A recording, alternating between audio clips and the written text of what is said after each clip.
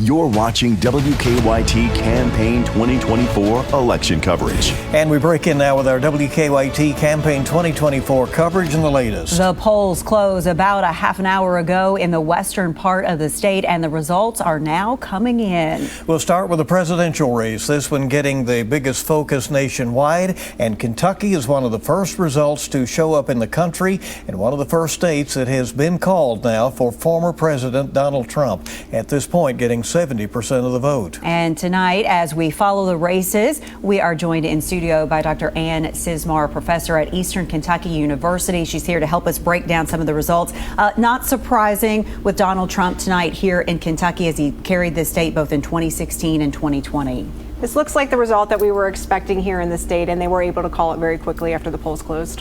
We did see that it appears Franklin County was attending toward Kamala Harris, so that was interesting. If there are 3 counties, it would be an improvement for the Democrats over their performance in 16 and 20 in the presidential race. Yeah, and so we're going to wait and see. I think that went from kind of darker blue to maybe lighter blue, right. And so I'm not sure whether it's going to maintain a margin for Harris or not. We'll watch on that. All right, on the ballot for every Kentuckian, 2 constitutional amendments, starting with Amendment 1. That would prohibit non-citizens from voting here in the state. Right now, more voters are going in favor of that amendment. And Amendment 2, the controversial school funding amendment, has gained a lot of attention in this campaign season. Right now, the no vote in the lead there, 64% with 36% to the yes vote. And when we talk about Amendment 2, a lot of money spent in this race, and just something that really didn't catch on in a lot of parts of Kentucky, a lot of the rural areas. And it was also something that no matter what you were running for, you almost had to take a position on it. You did. It was a hot topic that everybody was heavily focused on, and so much money was spent on it. But I do think that in the rural areas, you know, there's an area where there's so many people who work for the public school system. There's also not areas where you maybe have a lot of private schools that might benefit from the amendment. It was also interesting, there was a bit of a proctor race, if you will, with Senator Rand Paul taking a position in favor of the amendment, and Governor Andy Beshear, and the Lieutenant Governor for that matter, in opposition. So they were the ones that you saw in the ads. So while we didn't have a lot of candidates and no candidates statewide, you did see a lot of them. You did, and so it's something where it's interesting that a lot of the ads also seem to feature Donald Trump in there, and so they tried to use some other personalities, I think, in the ads related to this amendment. However, it doesn't seem like partisan voting may be holding up in this case. And you expected Amendment 1 to pretty much go the way that we see the vote going tonight? I did. Yeah, it's not a substantive change much in the law, so I expected it to pass. We have just a sprinkle of votes in on the medical cannabis, but from what we have seen so far, in many cases it is leading, as if Kentuckians are likely to approve that in those localities who had elections today. You know, I wasn't sure that that was going to happen by such wide margins that we're seeing right now as the votes come in, but a lot of other states already have passed opportunities for marijuana usage, so I guess it's not that surprising nationwide. Right. All right, and then again, this is a medical cannabis, and January 1st is when they're hoping to have that program up and running. All right, again, the Associated Press has called Kentucky for Donald Trump, and the AP also called Congressman Hal Rogers the winner in his race a few minutes ago. All right, we've got our crews spread out tonight. We've got Kelsey Soto joining us in studio tonight, looking at all the counties, so we'll have the very latest for you when it comes to our election results. So stay with us right here on WKYT.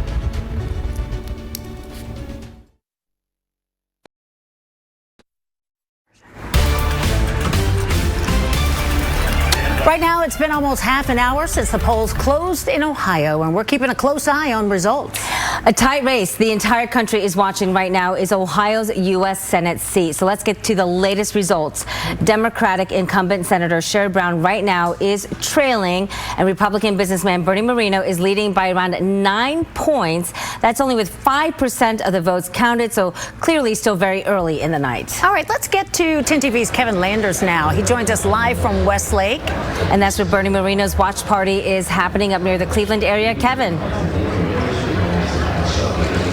Well, good evening. They've been cranking up the music off and on throughout the night. You can see people behind me have gathered as they watch the results come in. The buzz here is that people feel that Bernie Moreno will come away the victor tonight. Bernie Moreno and Sherrod Brown could not be any different. Just look at the ages. Bernie Moreno, 57, Sherrod Brown, 71.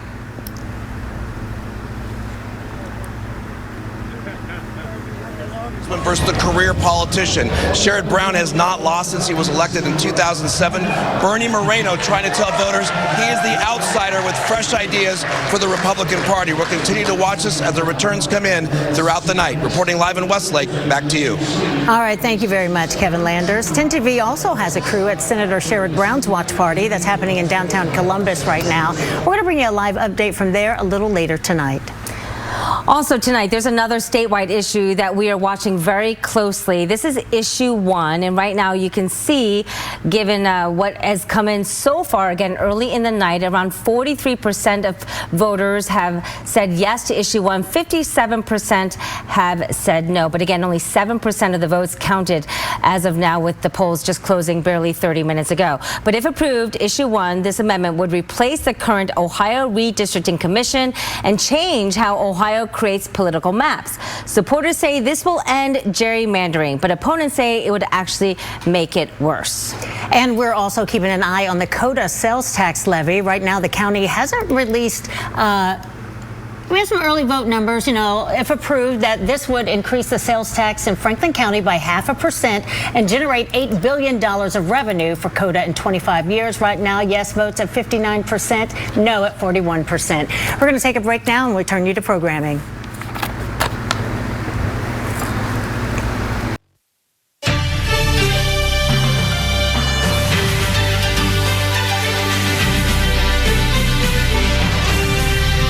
Good election evening, everybody. I'm Brad Means. And I'm Jenny Montgomery. Well, the polls have been closed for about 2 hours now in Georgia and South Carolina. We want to begin with a big race between former President Donald Trump and Vice President Kamala Harris. Trump is projected to win the state of South Carolina, which has 9 electoral votes. The magic number is 270 electoral votes to win the presidency. What about some of those races of local interest? Well, in Georgia, we're covering the race for U.S. House District number 10, where right now the Republican Mike Collins leading as he faces Democratic challenger Lexi Doherty, 74%, give or take, right there for Collins. And in the race for U.S. House District 12, Republican incumbent Rick Allen is leading Democratic challenger Liz Johnson with 60% of the vote. Columbia County, where we're watching the race for coroner, that seat left open after Vernon Collins retired, longtime office holder. The interim coroner, Keith Cox, says he's not going to run again, or he's not going to run for the full term. So Republican Terry Norman facing Helen Bratton. Those results slowly but surely coming in. Norman with a 66% share at this point.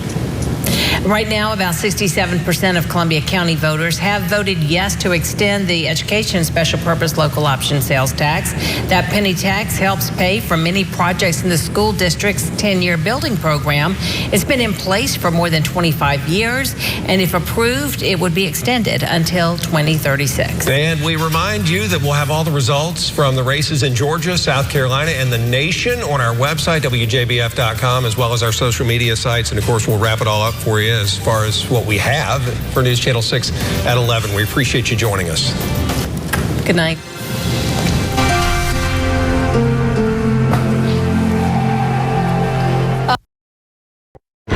From the News Channel 5 network, this is a special presentation. America Votes 2024. All right, thanks for joining us. Another update here for America Votes 2024. I'm Rory Johnston. We appreciate you being with us. Let's get right to the big ballot measure we're following in Nashville tonight. The mayor's transportation referendum. Choose how you move. We have some results now to show you on the screen. Mayor Freddie O'Connell says the plan will greatly improve how people get around Nashville, but it comes at a cost, and opponents didn't like that. Well, right now, with 1% reporting, which we believe is the early vote, it's 66% for, 34% against. Again, there's a half-penny sales tax increase to pay for this. We'll see how the results pan out. Of course, there are 4 races for U.S. House seats here in Middle Tennessee. all four, we should say, have already been called. Let's get over to Hunter Hoagland with a closer look at the numbers so far. Hunter. Hey, Rory, a very strong night for Republicans. As you just said, we can now confirm that all four races have been called for these House District seats. We're going to start down here in House District 4. Scott Desjardins, 69% of the vote, absolutely dominating political newcomer and Democrat Victoria Broderick. And that can be said across all of these other districts as well when we talk about these Republican incumbents who are once again going to represent Tennessee on a national scale.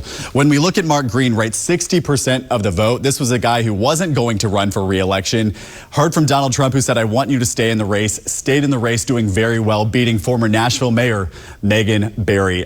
We see John Rose doing very well here, 68% of the vote, dominating Lori Bergman, Democrat and political newcomer, at just 32%. And when we look at Andy Ogles and Miriam Abel-Fazli, Ogles doing well here, 58% of the vote. As you know, he's been the subject of many News Channel 5 Investigate stories, if not embellishing his resume, outright lying about it. Still, though, is that phasing voters? The numbers would say otherwise. He's actually doing better than when he ran in 2022. Up against Miriam Abel-Fazli here at 39%. This was a woman we saw front and center at the Capitol many times following the Covenant School shooting, pushing for gun reform. But so far, again, all of these races have now been called for these House seats, going to the Republican incumbents who will once again represent Tennessee on a national level. Tough road. A lot of these challengers first time in politics. Right. So we give them credit for trying. Of course, the U.S. Senate race, no different here. The incumbent Republican, Marsha Blackburn, we heard her victory speech down in Franklin earlier tonight, beating out State House Representative Gloria Johnson. All right, we appreciate you joining us for this latest update. We're going to go back to CBS News coverage. We'll be back here with more local results in about 30 minutes.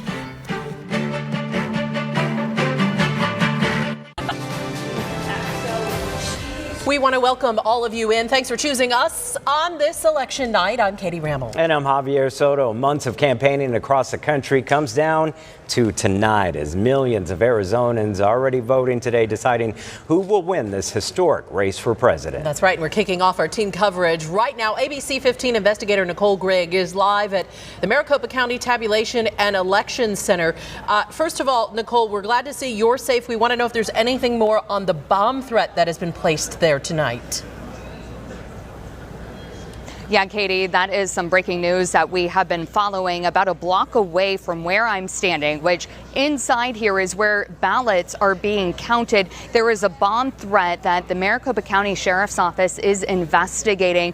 This is inside Superior Court, which is where the recorder's office is located. The Sheriff's Office says this was a threat made, but they do not, this is similar to the threats made across the country, and that they do not believe there is credible information. As for those polls closing, we can start to expect to see the first batch of results coming in just about an hour, less than an hour now, at 8 o'clock. We will expect to see 1.2 million ballots, votes released in that first batch of results. Those results will be made up of those early ballots that were mailed in before Tuesday. We can expect to see more results coming in about the 9 and 10 o'clock hour as well. So stay with us here on election night. Live in Phoenix, Nicole Grigg, ABC 15, Arizona. Nicole, thank you. And with polls closing just about 30 minutes ago, dozens, though, are still waiting in line. Let's send it out to Jen Kovaleski to find out what's happening out there. Jen? Katie, we are here at Mesa Community College. We've been here all afternoon. We are now at the end of the line. These folks right here are the last people who are going to be able to vote at this polling location. The guy in the Hawaiian shirt, he's the marshal. He signifies the end of this line. We talked to one of the gentlemen, Mike, here. He said he rushed here from work, got up at 6 o'clock and barely made it, but he is going to make sure that his voice is heard tonight. People have waited here for an hour to 2 hours to vote all throughout the day. We're being told that right now the wait is still about 2 hours for all of these people in line, but everybody in line will get to vote. They will get to cast a ballot here. We also learned some new information that about at least 2,000 voters have cast a ballot at this polling location alone. And that's not including all of the people that you see in line. And you can see it's actually moving. Let's move in with the line. It goes all the way out the door still, which it has for probably the last 2 or 3 hours since worked in for a lot of folks, and goes all the way in here here, and voting is actually happening in the library. So there are hundreds of people still in line waiting to cast their ballot out here. For now, we are live in Mesa. Jennifer Kovaleski, ABC 15, Arizona. Every vote matters. Thank you so much, Jen. And it shows how important this election has been to so many people leading up to tonight. So you're going to want to stick with ABC 15 all night. Catch our continuous election night coverage on ABC 15, as well as our streaming app on your TV, your phone, or abc15.com, where we'll continue to bring those updates. That's right. You can watch on multiple devices right now. You can watch ABC right here on television. Turn it on your phone, where we're streaming and have been throughout the evening.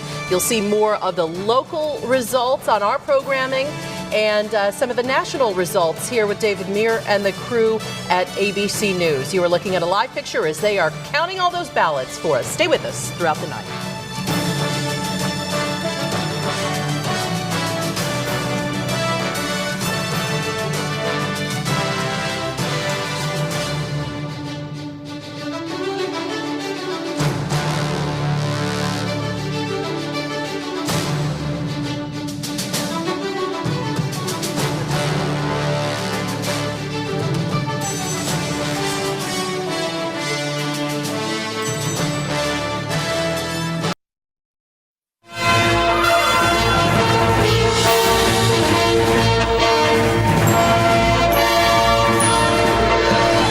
And thanks for sticking with NBC6 for your election coverage. I'm Jackie Nesbro along with Trina Robinson, and we have some results that we want to bring to you. Yeah, NBC News has already called Florida for former President Donald Trump. Locally here, Trump won in Miami-Dade, a district previously won by President Joe Biden in 2020. Okay, let's take you over to the Senate race.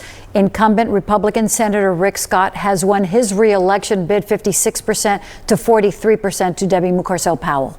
And another big race here in Miami-Dade was the race for sheriff. All eyes were on this race, the first in nearly 60 years. James Reyes has conceded the race, and Rosie Cordero-Stutz is the projected winner.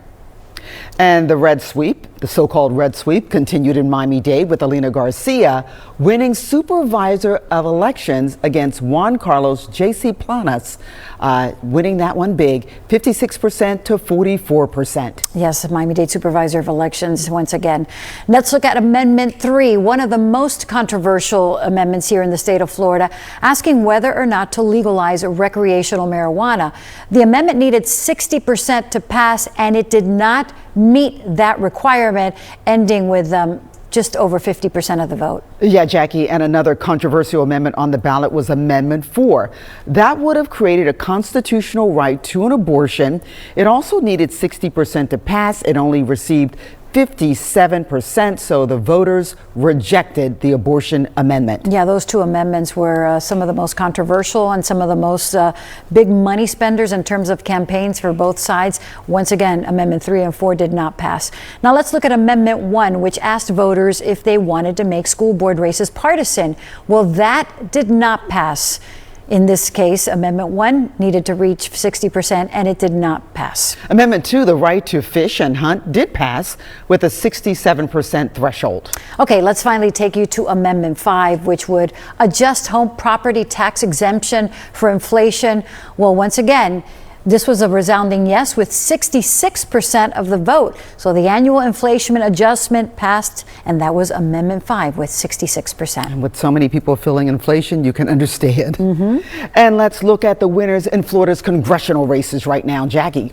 District 23, incumbent Representative Jared Moskowitz takes the win, 4 percentage points, but he takes the win with 52% of the vote. In District 24, Democratic incumbent and longtime Congresswoman, the lady with the hat, Frederica Wilson, wins, as does Debbie Wasserman Schultz of Weston. And of course, Maria Elvira Salazar as well won in her district, and Mario Diaz-Balart as well. We will continue to follow all of these races for you here on NBC6. Good evening. I'm Brittany Johnson. We will return you to NBC's primetime coverage in 3 minutes. NBC has projected Trump will take Texas, giving him 40 electoral votes. The ballot counting has been going on for nearly 2 hours now. I want to take you here for a live look at the count in Dallas County. Numbers are trickling in, but it could be a while before we get a good look at the results. All right, now let's take a look at some of the Dallas County propositions. Voters are deciding on 18 amendments to the city's charter. Proposition S would allow citizens to sue city leaders. Prop T would tie the salary of the city manager to a community survey. If it passes, the city would be required to conduct an annual survey of at least 1,400 Dallas residents. Prop U would require 50% of future revenue to be set aside for the Dallas Police and Fire pension, along with hiring 900 additional police officers for a total of 4,000 officers. Tarrant County's vote count is coming in. The early votes came out at 7, and we will get our first report from Tarrant at 9 o'clock. We are watching to see if the county will go blue again this year. In the 2020 election, voters in Tarrant County supported President Joe Biden over Trump, turning it blue then. Elections administrators in Collin County say today ran smoothly. They are busy tabulating all those votes now. Collin County reported around 56% of registered voters voted early and by mail as of Friday, compared to nearly 70% in 2020, when we had extra days to early vote during the pandemic.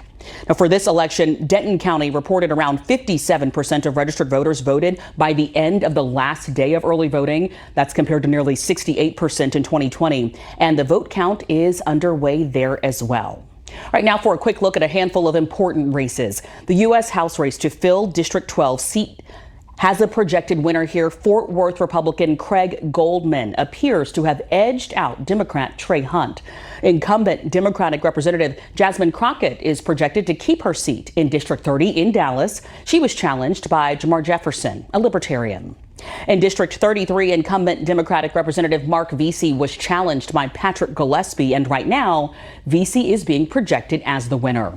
And we are watching the state house race for District 70. The district is in southwest Collin County. It encompasses parts of Plano, Allen, and Richardson. The incumbent is State Representative Democrat Mihaela Plisa. Her challenger is Republican Steve Kennard. Now, NBC5 will have all of your election results and analysis all night. You can use the QR code right on your screen to find our guide on the races, plus information on how you can watch special local coverage this election night. It is live right now on our NBC Dallas Fort Worth streaming channel. We'll be back in an hour.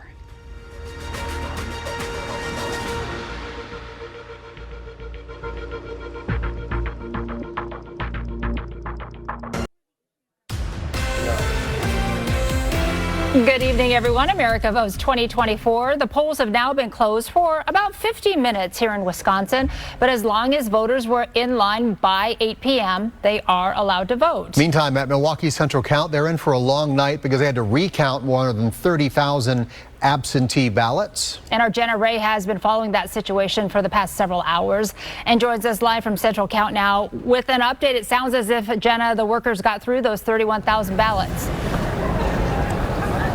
That's right, Susan and Steve. And just to give you some perspective, we're told more than 107,000 ballots have come in here to Central Count in Milwaukee's headquarters. And just as of 15 minutes ago, we're told that more than 63,000 ballots have already been counted. Now, that's a stark difference from about an hour ago when I talked to you, and only about 43,000 ballots had been counted. So they're making progress. But I want to walk through exactly what happened here earlier today. You can see these tabulation machines behind me. This was the point of concern. An observer told an elections official that there was a tampered with door on one of the election machines, and so they stopped everything earlier this morning. They restarted all 13 tabulation machines, and then they had to recount again more than 31,000 votes. Now, U.S. Senator Ron Johnson was here just a few minutes ago, and he had some words to say about the process and said that he doesn't think Milwaukee was prepared for this election.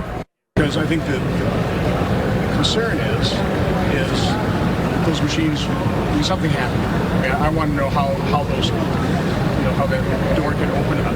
Okay, locked and sealed, all of a sudden opened up. I just talked to Milwaukee's Mayor Cavalier Johnson, who says he does have faith in the Milwaukee City Elections Commission, and he does think that they were prepared. Susan and Steve.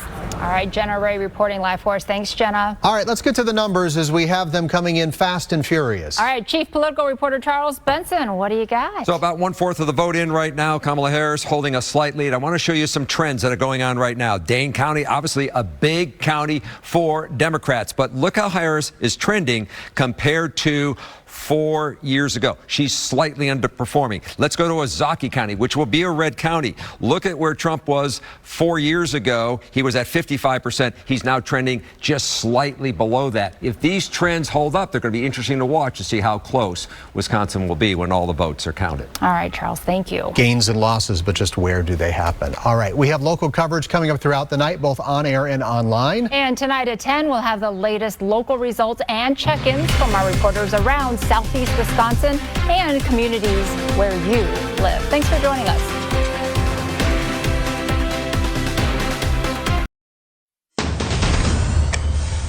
Welcome into your local election headquarters. I'm Tamika Alexander. The results are continuing to come in across the Tennessee Valley. That's right. I'm Ben Hoover. There are 5 contested Madison County Commission races with Libertarian candidates challenging incumbents in each of those races. News 19's Kayla Smith is joining us now. And Kayla, you've been following the races in Madison County closely. What have you learned tonight? That's right. Results are coming in, and we're seeing incumbents lead every race in Madison County. Here's what we've got so far. The Republican candidates have a strong lead in their races across the board for probate judge and Madison County Commission Districts 1, 2, 4, and 5. News 19 has projected that Democrat incumbent Violet Edwards will retake her seat in District 6. Republican Commission Chairman Mac McCutcheon also holding a sizable lead. News 19 is, of course, your election headquarters. Stick with us for the latest results. Live in Madison, Kayla Smith, News 19. Hey, Kayla, thanks so much for that live report in Limestone County. Now we're starting to get some results in the county commission races. Our Emily Mosner joining us live now from Athens. Emily, you've been following these races closely. What are the latest results showing right now?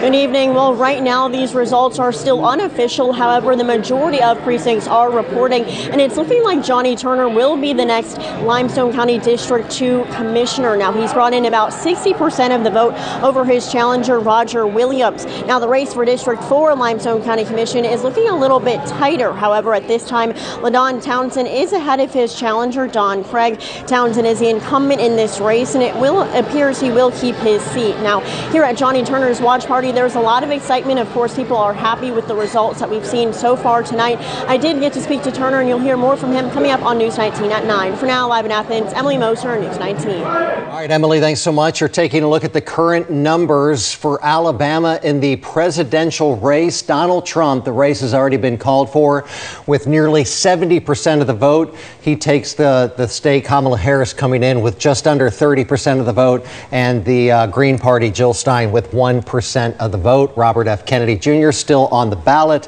Not many votes for him tonight. Of course, Donald Trump was asking for anybody voting for Kennedy to vote for him, but that's looking like, of course, the race is called for Donald Trump. So that means that all of our electoral votes will go there.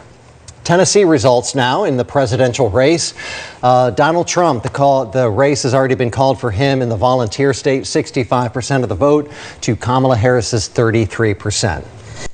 Now taking a look at the statewide race for Amendment 1. Now this amendment involves Franklin County schools being able to sell land that they own in Fayette and Walker counties. And it looks like with 22% of the precincts reporting, a lot of voters are voting in favor of this, with 73% to yes votes to 27% no votes. Taking a look at the Franklin County Commission District 1 race, 12% of the precincts reporting, 84% are voting for Michael Murray and 16% for Charles Mitchell. Taking a look at the race for Madison County Commission Chairman, 54% for Mac McCutcheon, 40% for Guy Sotomayor, and 6% for Alan Barksdale. All right, that's going to be a look at the latest races. One last one we can get in. Jackson County Commission, District number 4, Kevin McBride, the Republican, taking that race very easily. All your latest results right now on WHNT.com, and we will be back in about 26 minutes for another local update. Thanks for watching News 19, your local election headquarters. Thank you for watching News 19's election coverage. Good evening and welcome back to News 2's 2024 election night coverage. I'm Bob Mueller. And I'm Haley Wilgus. Congressional races across the state starting to wrap up. The results we have so far are scrolling at the bottom of your screen, and they will continue to do so all evening. Now, in the race for District 5, incumbent Republican Congressman Andy Ogles leading with 58% of the vote over Maryam Abul-Fazli. Now, Ogles just gave a speech just moments ago accepting that projected win. Now, his headquarters there down in Columbia. You're taking a live look there from the victory party. Now at this point, he was greeting his supporters at Stan's Restaurant just a few moments ago. I think we win and win big tonight. I've won my race. Now we continue to pray for President Donald Trump that we take the White House, we take the Senate, and we hold the House of Representatives. Now, we've not heard from Ogles' Democratic opponent, Maryam Abul-Fazli. We will keep you updated on that. And the other congressional races we are watching, Republican Congressman Mark Green has a big lead over Nashville Mayor Megan Barry. In fact, moments ago, former Mayor Barry conceded the race and congratulated her opponent from her election headquarters in Hillsborough Village. This is not the outcome that we had hoped for. I want to congratulate him and his team for running a race that was really good. Obviously, they won. We wish him well, and we wish him all the things about going to Washington and representing us. We want him to do well.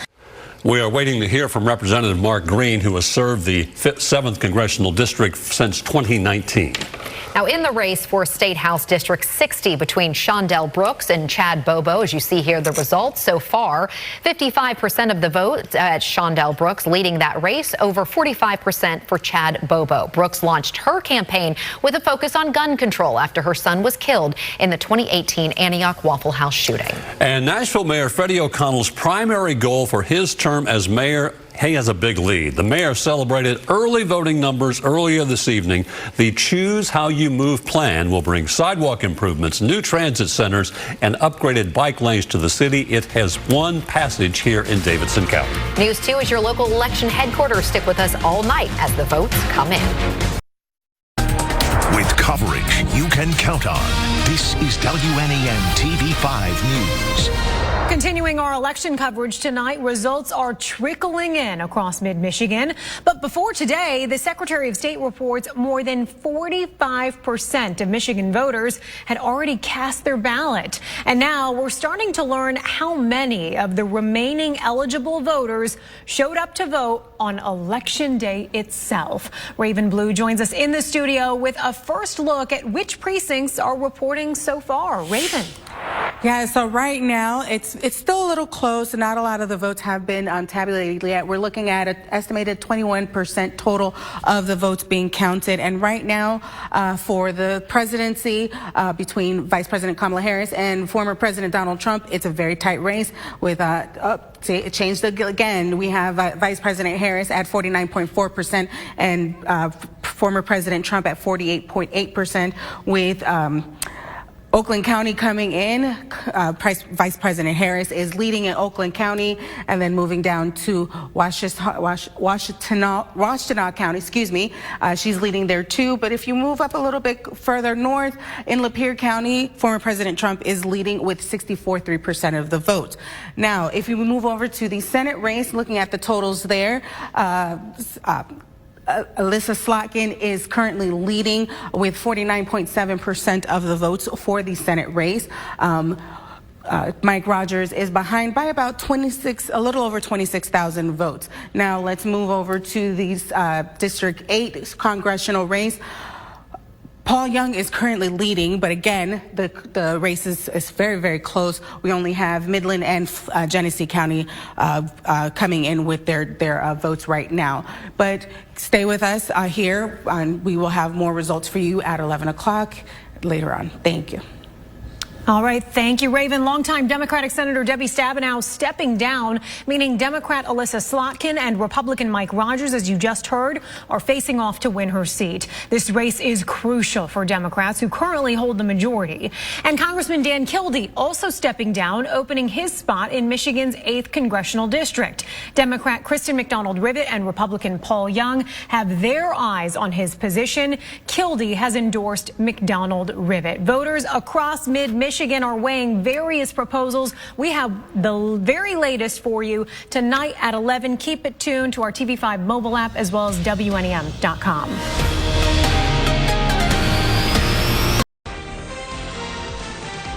8 News Now, your local election headquarters. Polls in Nevada closing about 26 minutes ago. But if you are in line by 7 p.m., you still have the right and the chance to vote. We also continue to track the race for the White House. Former President Donald Trump currently with 188 electoral votes. The race being called, 198 now, being called in Missouri for the former president just moments ago. Vice President Kamala Harris sitting with 112 electoral votes, securing states like Illinois, Maryland, and Massachusetts, all expected there. Here in Nevada, we are hearing of long lines, a lot of voter passion, as lines as long as 3 hours. 8 News Now investigator David Charnes closely monitoring it. He's live across the studio. David, with the newest numbers on our voter turnout. Right, and turnout is high, Brian. We will not see any results until the last person in line votes. Of course, polls closed at 7, but it could be until 9:30, 10, 10:30 here our time until we get any result. That's why we have goose eggs on our board here. We just spoke with officials in Nye County. They say they have lines that are still several hours long, and here's why. If you pull up their website, which talks about where to go, they have 6 voting locations for the entire county. Now, it's a small county, but I don't think they thought so many people would come out. Let's talk about turnout, though. So far, 206,000 people across our state voted today. We expect that number to probably get a little bit higher, 220, 230, 240. Comparing that to 2020 during the pandemic, much, much higher. So turnout here in Nevada could be 70, 75%. I have that stat there. Coming into Election Day, more than 1.1 Nevadans had already voted. And Brian, when we do get results, we expect that early vote in that mail-in vote to come first. That's going to show up here first. It looks going to look a lot better than a bunch of gray. But again, it's going to be a while because people are still in line in several counties here waiting to vote. Brian. Nevada, one of 7 states where all eyes of the nation are on here. As David said, once those numbers come in nationally, there will be a lot of attention as these purple swing states make such a difference in the Electoral College. And of course, who will meet that number of 270 and who will be the next president. Vanessa Murphy standing by, our 8 News Now investigator over at election headquarters. Hi, Vanessa. Hi, Brian. Yeah, this is the hub where all votes in Clark County are counted. So we're talking about the mail ballots. We're talking about from 135 polling locations. Workers will drive here with flash drives with the ballots from each location so they are processed. Now, this location wasn't a polling location, but voters could drop off their mail ballots. We talked with a couple of voters. Here's what one had to say.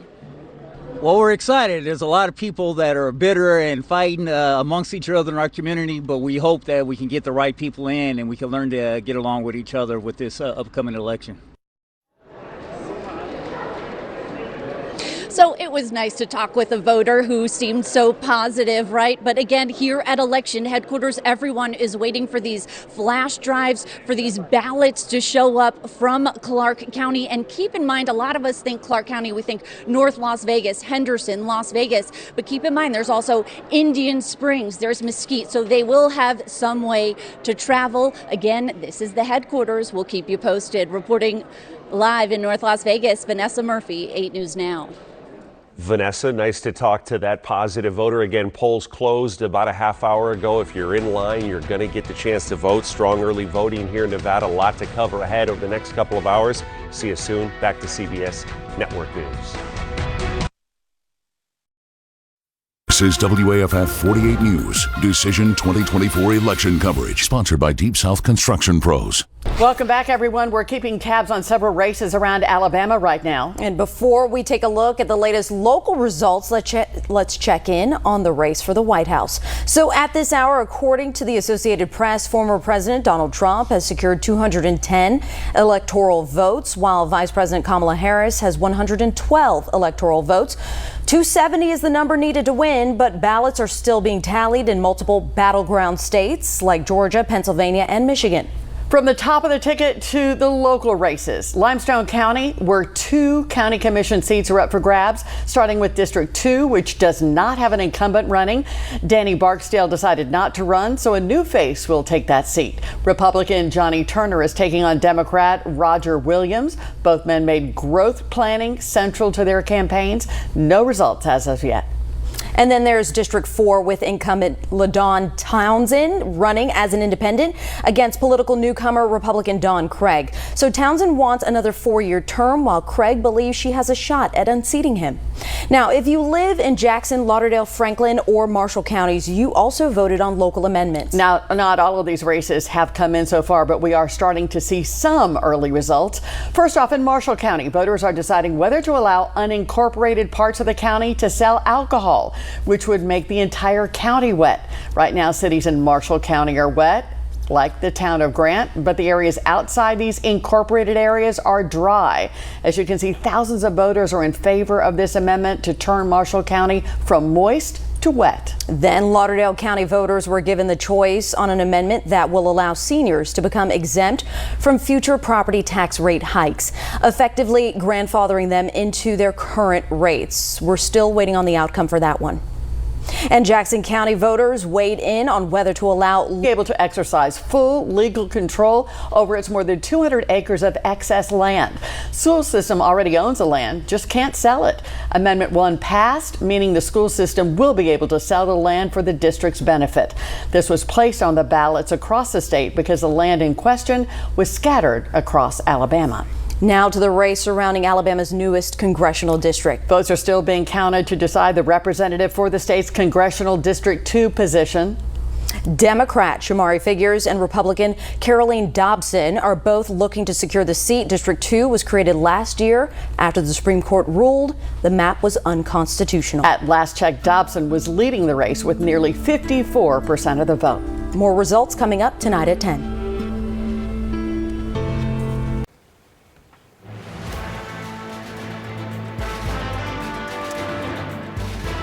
Thanks for inviting us inside the studio here at Channel 13. It is election night across Indiana, and the results continue to pour in. Want to get you caught up where Indiana's big races stand. Yes, we've got our eye. We've been following these key races. Dustin Grove joins us now live from the newsroom as those numbers continue to solidify. Hi, Dustin. Hey, good evening, Felicia. Let's show you the big races here in Indiana. U.S. President Donald Trump, the clear winner over Democrat challenger Kamala Harris. In the race for U.S. Senate, Jim Banks, the clear winner, declared over Democratic challenger Valerie McRae. In the race for governor, Mike Braun, with a 15-point lead over Jennifer McCormick. He was declared the winner in that race a short time ago. And Republican incumbent Todd Rokita in the race for attorney general, beating Destiny Wells 59 to 41%. Let's show you a quick breakdown in the race for governor. This actually looks very similar to 4 years ago. Marion County went Democrat, Monroe County went Democrat, Lake County went Democrat. Those were the 3 counties that went Democrat 4 years ago. Looks like Democrats may have picked up Tippecanoe County in the race for governor, 51 to 44%, but that's with 69% of precincts reporting, so we'll continue to follow that. Now let's check in with Jenny Runovich. She is at Republican headquarters. Jenny? Hi, Dustin. Well, you can kind of hear it with the music. There's a lot of positive energy here at the JW Marriott. A lot of people encouraged that reliably red Indiana has remained so in all of the major races, including that race for Indiana governor. Mike Braun, the U.S. Senator, will now take over the reins as Indiana governor. The 70-year-old will actually begin the 3rd decade of Republican rule in our state. In a 15-minute acceptance speech tonight, introduced by the GOP chair, they rang a bell and said this race was a TKO. Now let's send it over to my colleague Emily Longnecker at the Democratic headquarters. Hi, Jenny. Yeah, Democratic candidate for Attorney General Destiny Wells giving her concession speech tonight, acknowledging that this race was an uphill battle. And despite that victory speech given by Mike Braun earlier, the McCormick campaign still not ready to concede. McCormick's spokesperson saying they are still waiting till votes are counting. Again, acknowledging that this is an uphill battle in red state Indiana, but still waiting for all those votes to be counted. Scott, we'll send it back to you. All right. Emily Longnecker reporting there. Thank you. Yeah, we continue to cover the election night over on WTHR Plus. Invite you to join us there as we cover all the state and local races across our state. You can see the results pour in this evening. We've got expert analysis of all these big local races. Be sure to join us on WTHR Plus. It's a free download on Apple TV, Amazon Fire. Tonight, WTVJ is your local election headquarters. I'm Amber Kriska. And I'm Brian Sterling. The polls have been closed for just about 3 hours now, but most states are still too close to call, including the battlegrounds. News 8's Josh Sanchez picks up our live team coverage in Kent County. Josh. Yeah, Amber, Brian, as I said earlier in the night, after the polls closed, a few hours after that, we're going to start to see a little bit more of that momentum pick up. Well, we're starting to see that here in the Kent County Clerk's office. Let me move out of the way right there. You can see that right now they are processing the voter tallies for Tyrone Township. In the last probably 10 to 15 minutes, we also saw officials come in for Cascade and Cedar Springs to drop off their voter tallies as well. Now, the night began with first Rockford coming in to drop off their tallies, followed by Lowell Township and Granville. So we still have a lot more communities still coming in, and so most likely throughout the night we're going to start to see more of these election officials come in with the red bags, as well as just those voter tallies. Now let me pull up the latest information that the county clerk has on their unofficial results website. At this moment, as I'm reading it right now, 128,565 votes have already been counted and processed right now. The night, of course, is still going to roll into other townships, other municipalities coming in to drop off their voter tallies. So we'll be here until all that is done. All right, in downtown Grand Rapids, Josh Sanchez, News 8. All right, thank you, Josh. Let's check back in with political reporter Rick Alba now. He's putting the race results so far into perspective. What you got, Rick? Well, I think there's a good thought that Josh just had, and he said, we'll be here tonight until it's done. It's not going to be done tonight. I mean, that, just face it, we've got a lot of votes that still have to come in. Some of those in the county maybe, but we're looking at a lot of big races and a lot of votes that still have to be processed. Let's take a look at some congressional races in the 2nd District. Here, John Molinar, who was a longtime congressman from Central Michigan, got drawn in to Western Michigan during the redistricting. He is running against Michael Lynch. We've got some numbers on the race at 66 to 31, with about 32% reporting in. Our next U.S. congressional race is in the 4th with U.S. Congressman Bill Huizenga at 71% to 28% for challenger Democrat Jessica Swartz at 7%. And then we move on to the 5th District. That's where incumbent Tim Walberg, with 24% of the vote in, is handily beating challenger Libby Urban. And I think we may have the 10th Congressional District, no, the 3rd Congressional District. Quickly, let's take a quick look at the numbers in Skolton and Hudson. And there you see 59, 39, 45% reporting.